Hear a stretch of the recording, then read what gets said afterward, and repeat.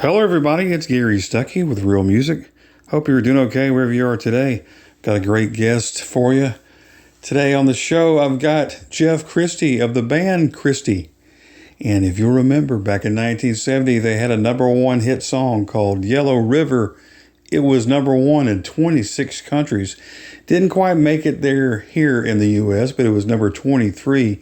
And it's a great song. I've always loved it. And I'm going to talk about that song and Jeff's career and what he's been up to. He's got a brand new album coming out next month. Going to talk about that and a lot more. So here we go. Here he is. Here's Jeff Christie. So Jeff, when did you start writing songs and playing guitar? The writing didn't come early. I started playing when I was probably about 13. Playing guitar and started in my first groups when I was about 14, around about very, very early 60s. And I didn't start writing probably till I was about a few years later. And the reason I started writing was quite simply because we were starting to fail record auditions, a couple of record auditions, because we were just doing covers. And it was, by this time, it was kind of like mid 60s. And of course, as you probably know, the mid 60s was with the whole scene, it was the 60s, and groups from this country were just sort of really come into the foreground across the world and in the US eventually. Beatles and all that, Beatles and the Stones and stuff like that. And of course, it was a time for original material and songs. And we were at one record company audition, and the A&R man came up to me and said, it's a good little band, this, Jeff, but you're not going to get a deal unless you start writing your own songs. So I took that on board and I went back, and I was the only one either with the ability or could be bothered to sort of try and start writing songs to see if we could get a deal. And that's how it started. It just kind of fell to me. And I discovered not after too long that I liked this. I kind of really enjoyed it because when I was a lot smaller, I took piano lessons as a kid when I was probably about 8 or 9. And, would be sitting there reading music and trying to play Beethoven and Mozart. And there came a point when I thought to myself, maybe not consciously, but subconsciously, I thought, I can't play this stuff as like these people, the originators, can. So is there really much point in me just trying to copy them? And from there, I just started doodling around on the piano, making up my own little tunes. And then I parked them, forgot all about them until, several years later when I started playing in groups and I was playing guitar in groups. All I ever wanted really was when I first heard Buddy Holly and Elvis. That changed my whole direction because up until that point, I kind of figured I wanted to be a musician. By about 11, I had it worked out. I think this is a cool job. This is the best job in the world to be a musician. And realizing that I had some kind of an ability to do that. And, childish dreams and, all that stuff that goes with being a kid. You think you can do anything you want. And not realizing the pitfalls and how tough it is actually to make a decent living as a musician. But I had the dream, and I kind of was lucky enough in it, as much as my parents cut me enough slack for a while to follow that dream. So I got to the point where suddenly Elvis bursts on the scene, probably when I was about 12, 13, and that just changed everything. And I remember really sort of being blown away like half of the rest of the world. And in turn, that spawned all the other, acts, great rock and roll acts coming out of the States. Buddy Holly, Gene Vincent, Eddie Cochran, Roy Orbison, Little Richard, Jerry Lee Lewis, and so on and so on and so on. And we started hearing that on the radio over here. And then the next thing that happened was groups started springing up all over the place, all over the country. And guitars were really back in vogue again. And I wanted to play guitar. And I got my dad to get me a really cheap old Spanish guitar, second-hand guitar. And I'd come back from school and I'd practice chords till my fingers got sore and bruised and sometimes even bleeding. But I was kind of like a kid obsessed. I discovered that the time that I'd spent learning the piano had given me a real leap forward with the guitar, because I knew, basic music structure, notes and crotchets and quavers and chord shapes. And that knowledge, plus a really good ear for music, helped me sort of get moving quickly with the guitar.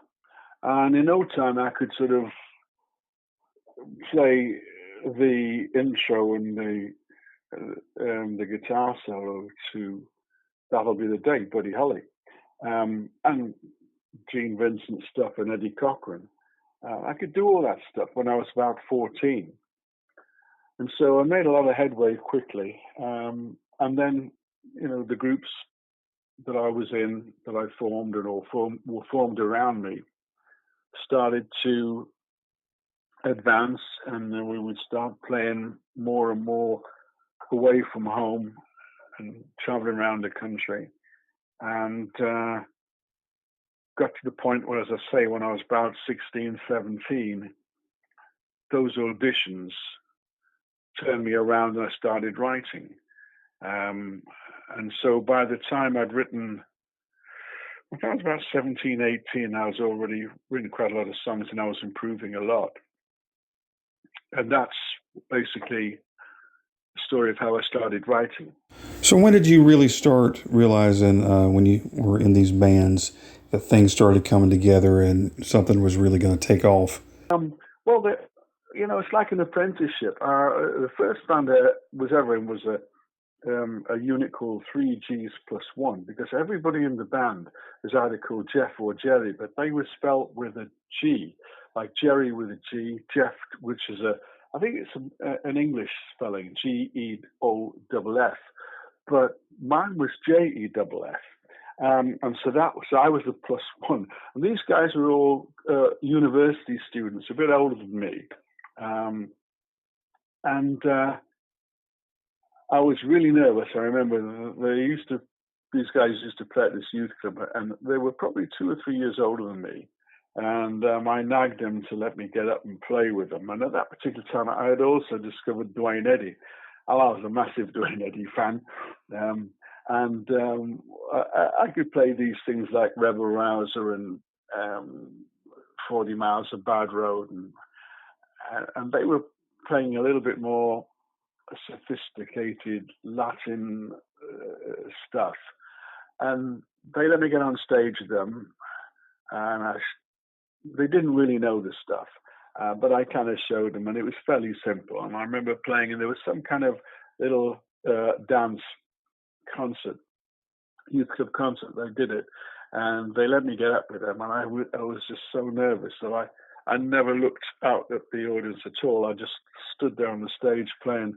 Yeah, I remember the song was called "The Lonely One." That was Duane Eddy. Really simple, but I was just a bag of nerves, and I just looked down at the floor and just played. That band folded pretty quickly because a couple of these guys then moved out of Leeds. And from that particular point, one of the guys that was in the band stayed with me. We became really good pals, and we put together an outfit called The Tremors. Now that's Tremmers. And we really started doing a lot of instrumental stuff. Like there was an English band called The Shadows that were really big, and they backed a singer called Cliff Richard, who was also really big over here. Had 2 or 3 hits in the States, Cliff Richard. But we weren't into Cliff Richard at all. We were into The Shadows, and the lead guitarist was a guy called Hank Marvin. And he was pretty much an icon in the country, and very influential guitarist. So we were all doing all these instrumentals, and then eventually times changed, and we had to get a vocalist. So we got a white guy and we got a black guy. The black guy did all the Little Richard numbers, and the white guy did all the, the Bobby V stuff. And we kind of plodded along like that for a while until I think that outfit folded, and what emerged out of that outfit was the Outer Limits. And the Outer Limits was obviously, by this time, the third band that I'd had. And of course, by this time, I was starting to write and take, in many ways, be the engine of the group. The white singer that we had went back to London, and the black singer that we had, Gary, his name was, he unfortunately started having a lot of alcohol problems, and he started missing rehearsals and missing gigs. And I used to have to learn all the songs. The ironic thing is, I'd be sitting down with Little Richard records, and I'd be with a little mono dance set record player, and I'd be getting all the words for him and giving them to him to learn. So I already knew these songs. And one night he didn't turn up for a gig. There was a club in Leeds called the Tahiti. And we managed to get a residency in this place Friday and Saturday night after we'd been doing other gigs, so it'd be like a double.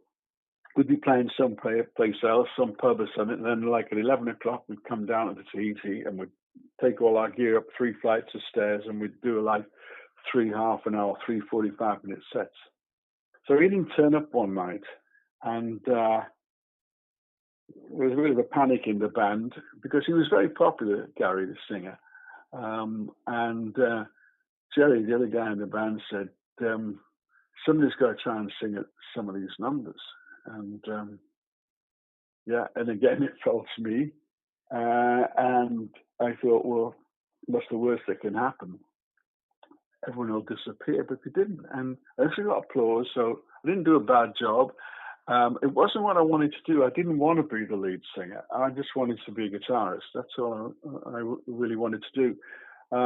So fate played a hand, and then I started singing. And then we did a few more gigs, and I was doing these songs, and we were just managing, a bit like, in a similar way to like Phil Collins, because when Phil Collins was in Genesis originally, he was the drummer. And then Peter Gabriel left, and they auditioned quite a few people. But in the end, it was Phil Collins that came out and did the vocals. So that happens. But they were definitely Outer Limits, where they became the best band. And of course, we got to be really a well-known band, and we traveled the country, had a couple of records out. The first record was Just One More Chance, which got quite a few covers, 2 American covers and an Italian cover, and was a small hit in this country. And it also got to #1 in Berlin. And then the next record we had out was The Great Train Robbery. And unfortunately, the BBC banned it because there had been a great train robbery at the time. So that was that. So by the time we got The Great Train Robbery out, we ended up going on the Jimi Hendrix Pink Floyd tour, which was an amazing tour. And that was, after that tour, unfortunately, we couldn't carry on. Like a lot of bands, there was too many forces pulling us apart. But the main thing, of course, is that there just wasn't enough money to carry on. And so we split up, and that's when I really concentrated on writing. I think the Hendrix tour was 67. We split up in 68, but halfway through 68. And from 68 to 1970, I just really focused on writing, by which time I was really improving a lot and coming up with some good stuff. So in a long-winded way, the Outer Limits was definitely the best band before I broke through in 1970 with Yellow River. Okay, so now we're up to that song, Yellow River, number Yeah. one hit song. So what's the story? I know there's got to be a good story behind the song Yellow River. Can you tell me about it? The trouble is, it's an old worn-out story. After the Outer Limits broke up, uh, and I was concentrating on writing. I thought I'm going to try and break through as a songwriter, and I'd supported all these bands, all the big bands at the time: Kinks, The Who, Yardbirds, Hollies, all the bands, Tremolos, lots of bands. And I knew a lot of these people, at least to say hello to. And it was a time when you could actually get to them. You can't get to big acts and big stars now for managers and lawyers and minders. But there were different days. And I just took my songs around to a lot of people. But I'd written this a song for the Tremolos called Tomorrow Night, which was very much in the style that they wanted to, that they were having success recording. And I'd written Yellow River as well, and I was really quite prolific at the time. I was probably knocking out a couple of songs a week for a period of about a year. And I went to see them amongst other people, and I played them a bunch of songs, and nothing was happening. And then I played them Tomorrow Night, which was, well, this is the one they're going to really go for. And when I finished playing the song, they said, that's exactly the sort of material we're trying to get away from, which kind of stunned me. And then I was about to pack up, and I had a Grundig reel-to-reel tape recorder.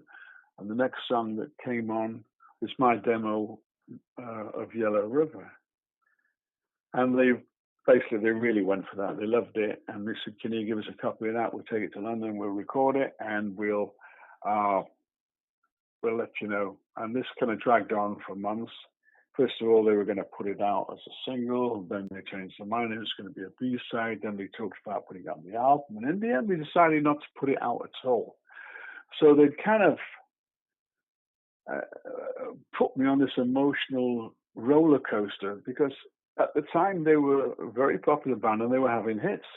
And that would have really, if they'd recorded the song and put it out as a single, chances are it would have been a hit, and it would have opened doors for me.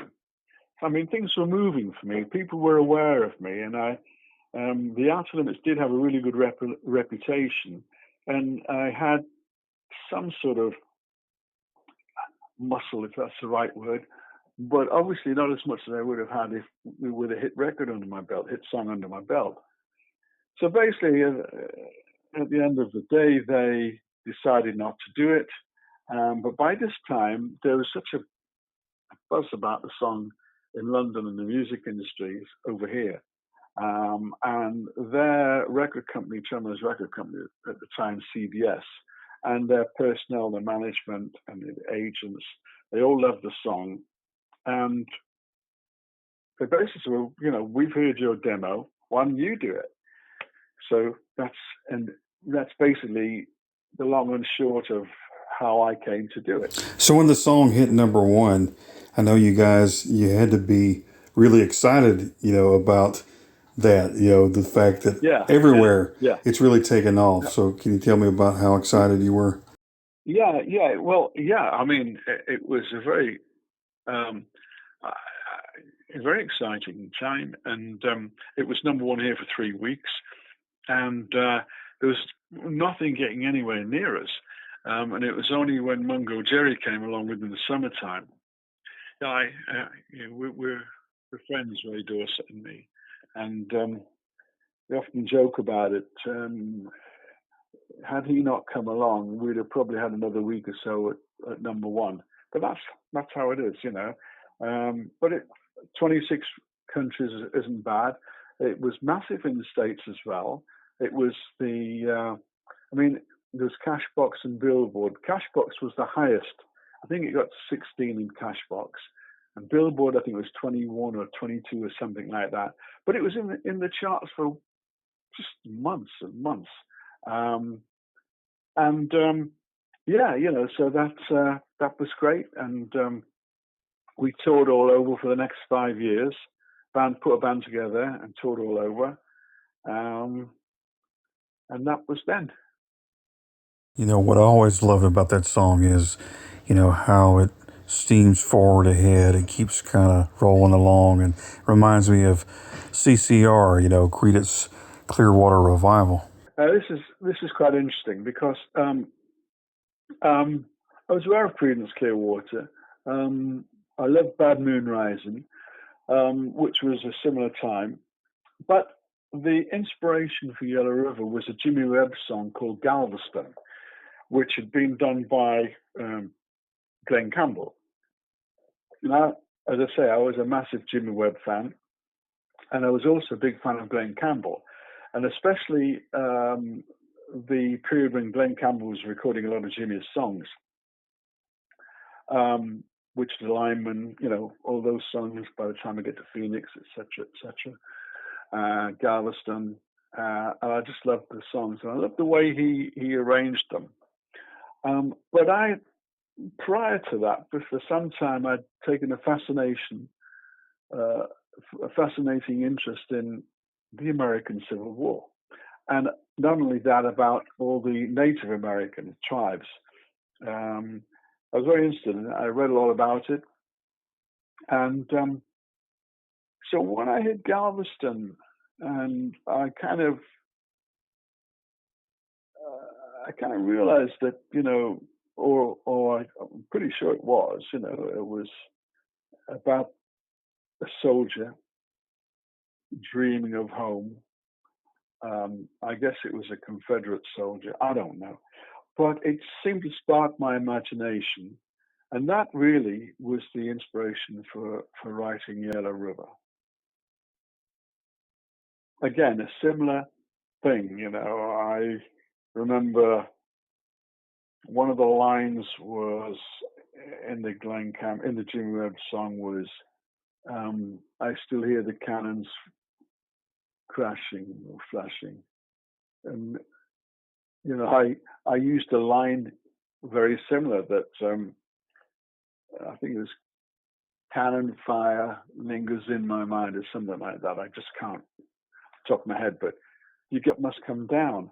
But I had the next follow-up was a song called San Bernardino, which didn't make a great impact in the States. It got into the top 100, the lower levels, but it was a big hit all through Europe and this country as well. It was number 1 in Germany, got to about number 5 here, and it was a pretty big hit.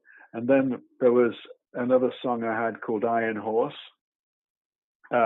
which was a small hit in this country, and also successful in Europe. And then I had the band basically broke up. There were several more records, but it was hard to maintain that level of success. And the band broke up in '75. I moved to the States and Los Angeles, and I was looking at just pursuing the writing situation. And I was living over there for probably about 16, 17 months. And then I had to come back to this country because my father was very, very ill. And I came back, and then I kind of got stuck back here. And that's life. So things kind of got put on hold for a while, and I didn't do anything for a couple of years.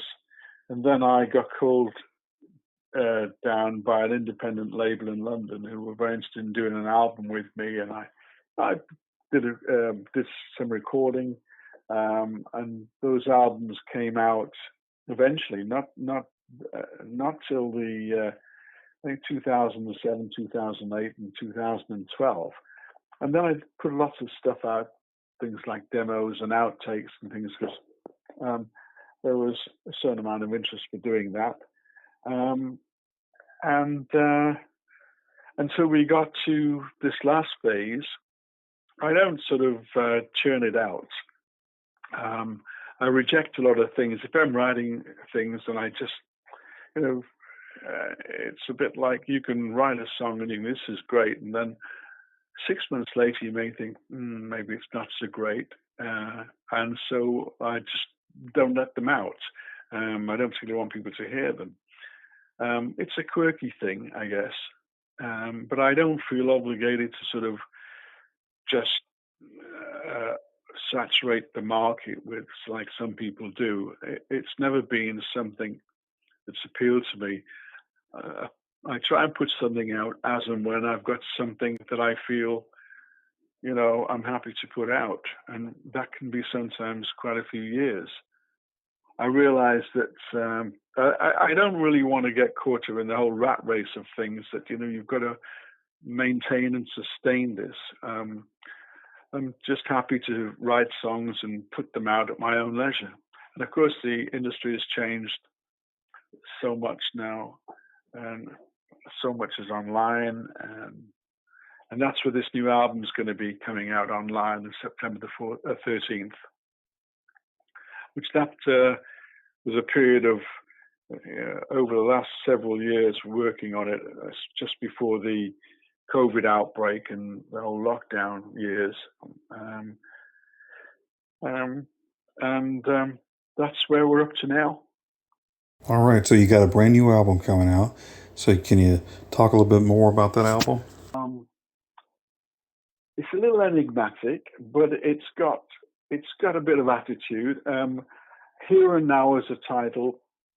In some ways, it's saying, well, that was then and this is now, but really nothing's ever changed because I'm still a kid, and I'm still wanting to, play my little guitar, and without sort of reading too much into it, it's a fun cover.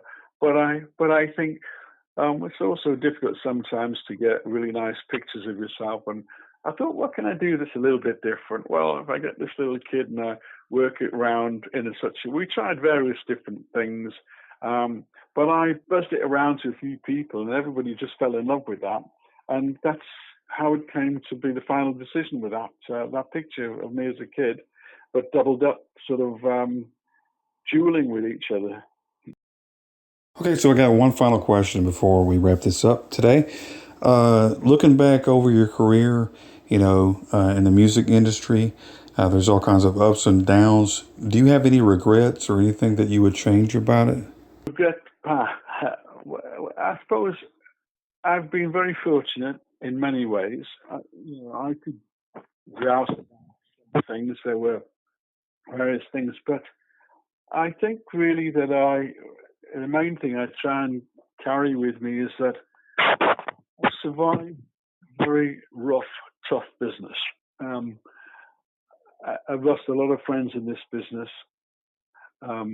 through substance abuse over the years, and I'm still here and I'm still doing it to a certain extent.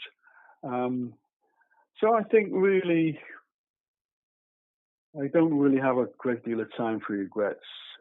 It's life, it's the ups and downs of life. Everybody has bad stuff going on in their life, and you take the rough with the smooth, as it were, and try and be philosophic as much as you can. Try and do that. I have my ups and downs, but life's a toughie, isn't it? It sure is. Got to keep going, though, right? Oh, well, thank you, Jeff, for talking to me today. I sure appreciate you, and I'll be looking forward to your new album. Thank you so much, and hopefully I'll talk to you soon, okay? It's a pleasure. All right, Gary, you take care. And there you go, Jeff Christie. So awesome. Love that song, Yellow River.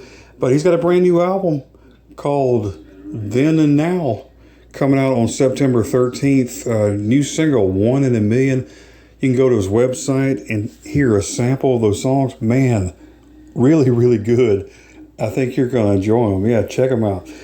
But thanks for tuning in today, everybody. And always remember to keep the music real.